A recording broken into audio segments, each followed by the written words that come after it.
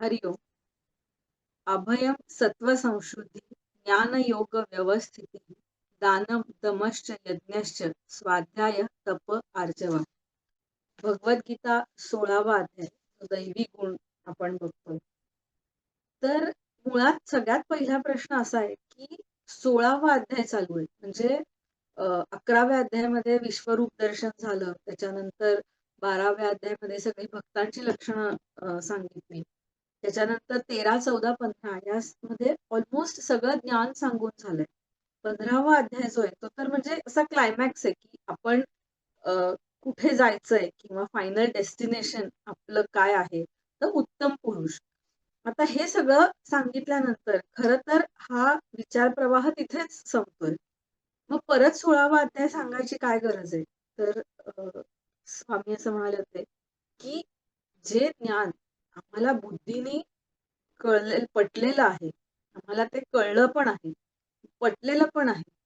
पण त्या ज्ञानाची अनुभूती घेणं हा एक वेगळा स्वतंत्र विषय आहे. आणि त्या ज्ञानाची जर आम्हाला अनुभूती घ्यायची असेल, तर आमचं अंतःकरण, आमचं इंटलेक्ट, माइंड, चित्त ह्याची एक काहीतरी प्री रिक्विजिट, एक कंडिशनिंग व्हायला हवं असतं. आणि त्या अंतःकरण, त्या ज्ञानधारणेसाठी, त्या अनुभूतीसाठी तयार होण्यासाठी काय लागतं? तर हे दैवी गुण लागतात. नाहीतर आपण आता जसं स्वामींचं प्रवचन ऐकलं, की प्रवचन ऐकताना एकदम छान, आनंदच आनंद वाटतो. पण संपल्यावर नाही त्यातलं काही आठवत नीट आणि ध्यानाच्या वेळेला पण तशी अनुभूती येईलच असं नाही. तर ती येण्यासाठी काय पाहिजे? तर हे दैवी गुण पाहिजे. ह्याची डेफिनेशन स्वामींनी अशी केली होती, की जे गुण प्राप्त व्हायला आणि टिकून राहायला ईश्वराची किंवा देवाची कृपा लागते, म्हणून ते दैवी गुण. आपण आधी पण बघितलंय, की 3 श्लोकांमध्ये टोटल 26 गुण भगवंतांनी सांगितलेत. आणि त्याच्यामध्ये जो पहिला श्लोक आहे, त्यामध्ये विशेषत्वाने असे गुण भगवंतांनी सांगितलेत, की जे आपण स्वतः आचरणात आणण्याचे आहेत किंवा ते गुण वाढवण्यासाठी आपण ॲक्टिव्हली प्रयत्न करायला पाहिजे. म्हणजे काही-काही गुण असे आहेत, जसं की तेज. आता ते जशी साधना वाढेल, तसं ते वाढेल. आता ह्या आठवड्यात आपण तेजाची प्रॅक्टिस करू, असं काय होणार नाही. पण हे विशेषतः हे जे पहिल्या श्लोकातले गुण आहेत, अहिंसा, यज्ञ, तप हे सगळे जे आहेत, की ते आपण स्वाध्याय, की जे आपण ॲक्टिव्हली पर्स्यू करायला पाहिजे. आता त्यात दान.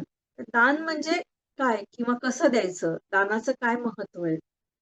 तर ज्ञानेश्वर महाराज असं म्हणतात, की पत्र, पुष्प, छाया, फळे, मूळ धनंजया, वाटेचा न चुके आलिया, वृक्षू जैसा. कसं ज्ञान द्यावं? तर वृक्षासारखं द्यावं. म्हणजे झाडं आपल्याला माहिती आहे, की फुलं, फळं, पानं किंवा जो पांथस्थ येणारे जाणारे आहेत, त्यांना सावली तर देतातच. पण मूळ देणं म्हणजे काय? तर एखादा झाड तोडायला जरी आला किंवा असं काही फांद्या तोडल्या जेणेकरून त्याच्या जीवावरच आघात होईल, तरी पण अशा लोकांनाही सावली देणारं इतकं उच्च लेव्हल अशी ध्यानाची. आपण गोष्टी खूप ध्यानाबद्दल आधी पण ऐकलेल्या आहेत, की दानवीर कर्ण म्हणजे कशी ती कवच कुंडलं दिली किंवा दधीची ऋषींची गोष्ट माहिती आहे आपल्याला, की त्या देवांनी त्यांच्या अस्त्र करायला त्यांची हडं मागितली. म्हणजे थोडक्यात काय, की अगदी स्वतःचा जीव जरी द्यायची वेळ आली, तरी सुद्धा दान देण्याचं जेव्हा शक्य असेल, तेव्हा आपल्या स्वतःच्या जीवाची, शरीराची पर्वा न करता सुद्धा दान द्यावं, असं सांगितलंय. पण नुसतं दान दिलं, की जो दिसेल त्याला जे आहे ते देऊन टाकलं, असं नाहीये. तर ते कसं द्यायचं, कोणी द्यायचं, कोणाला द्यायचं, कुठल्या भावनेने द्यायचं, ह्या सगळ्या गोष्टी पण महत्त्वाच्या आहेत. 17व्या अध्यायात भगवंतांनी जे सांगितले दानाचे प्रकार, की म्हणजे कुठेतरी अ, लूट केली किंवा चोरी केली किंवा कुठल्यातरी अनफेअर मीन्सनी पैसा मिळवला. तंबाखू, गुटखा विकून पैसे मिळवले आणि मग ते मिळालेले पैसे कॅन्सर हॉस्पिटलला दिले. तर हे काही दान, खरं दान नाहीये किंवा आपल्या स्वतःचा काही फायदा होईल किंवा त्यातनं मला काही लाँग टर्म बेनिफिट आहे. टॅक्स एक्झम्पशनसाठी डोनेशन दिले किंवा काही मटेरियल फायदा नाहीये, पण माझं नाव बोर्डवर लावा. ह्या सगळ्या गोष्टींसाठी जर आपण दान दिलं, तर ते खरं दान नाहीये. तर सात्विक दान म्हणजे इथे आध्यात्मिक दृष्टीने जे अपेक्षित आहे ते कसं?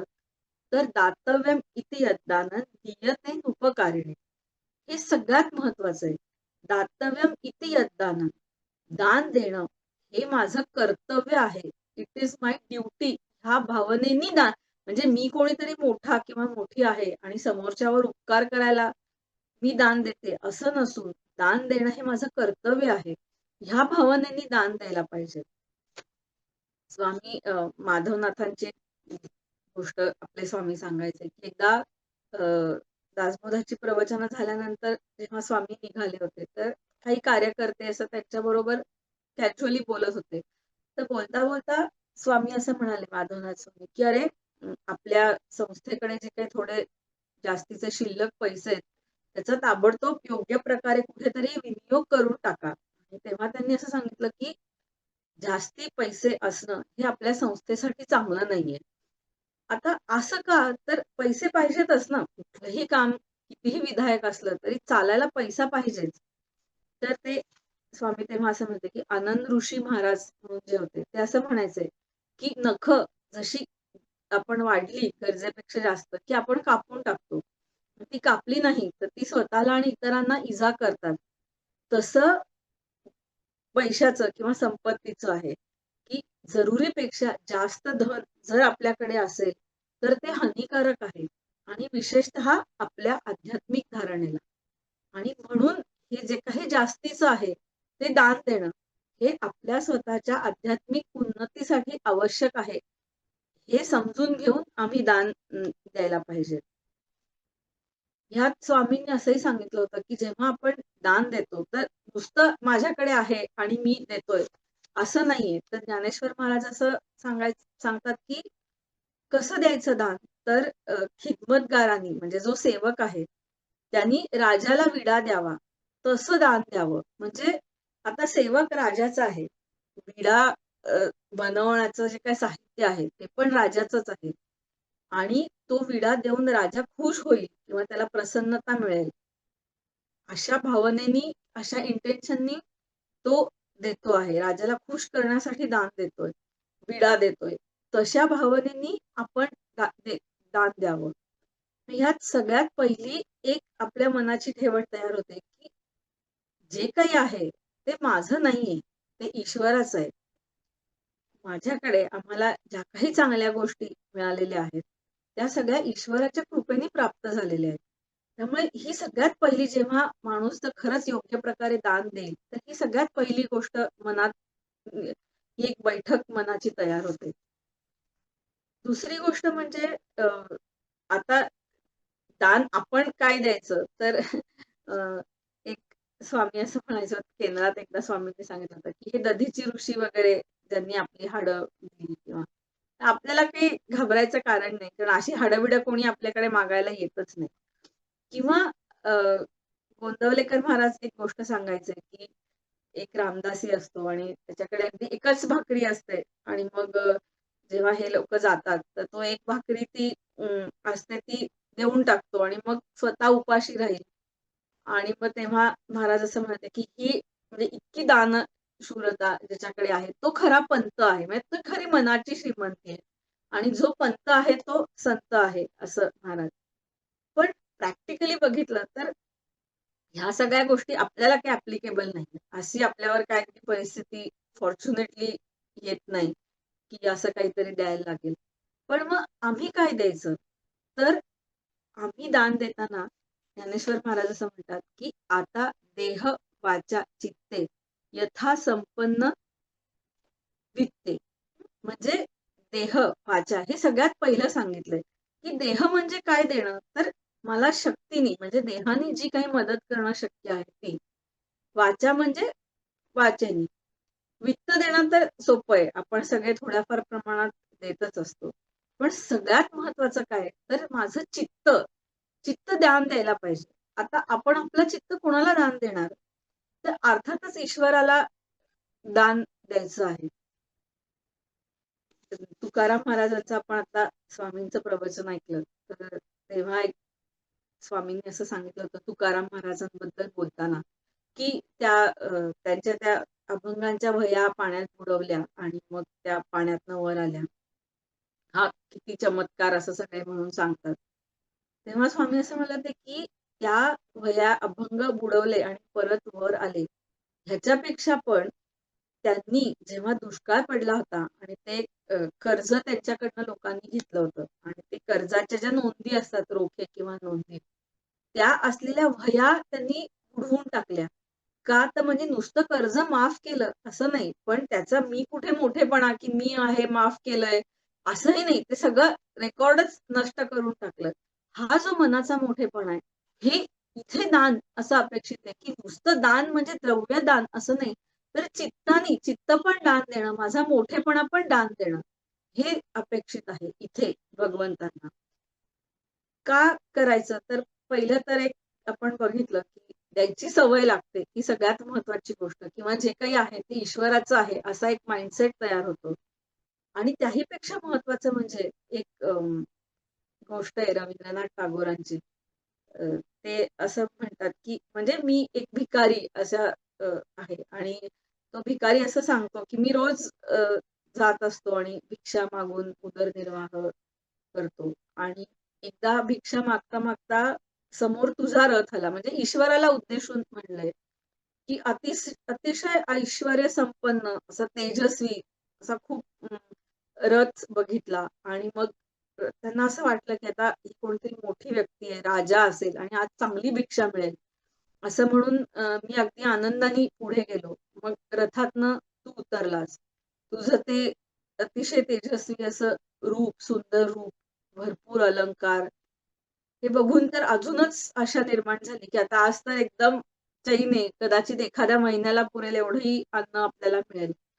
आणि मी अगदी अपेक्षेने हात पुढे करणार किंवा झोळी पुढे करणार. तर तेव्हा मी असं बघितलं, की तूच माझ्या समोर हात पसरलास. आणि हे बघून माझा एकदम भ्रमनिरास झाला. मला असं वाटलं, की अरे हा माझी चेष्टा करतोय का? की एवढा श्रीमंत, एवढा संपन्न अशी व्यक्ती, राजापेक्षाही जास्त तेजस्वी आणि माझ्याकडे भिक्षा मागतोय. पण तरी काही न बोलता मी माझ्या झोळीतले 4 दाणे तुझ्या हातात दिले. हे ईश्वराला उद्देशून म्हणतायत ना. आणि मग असंच मनाने डिसअपॉइंटेड होऊन मी परत आलो.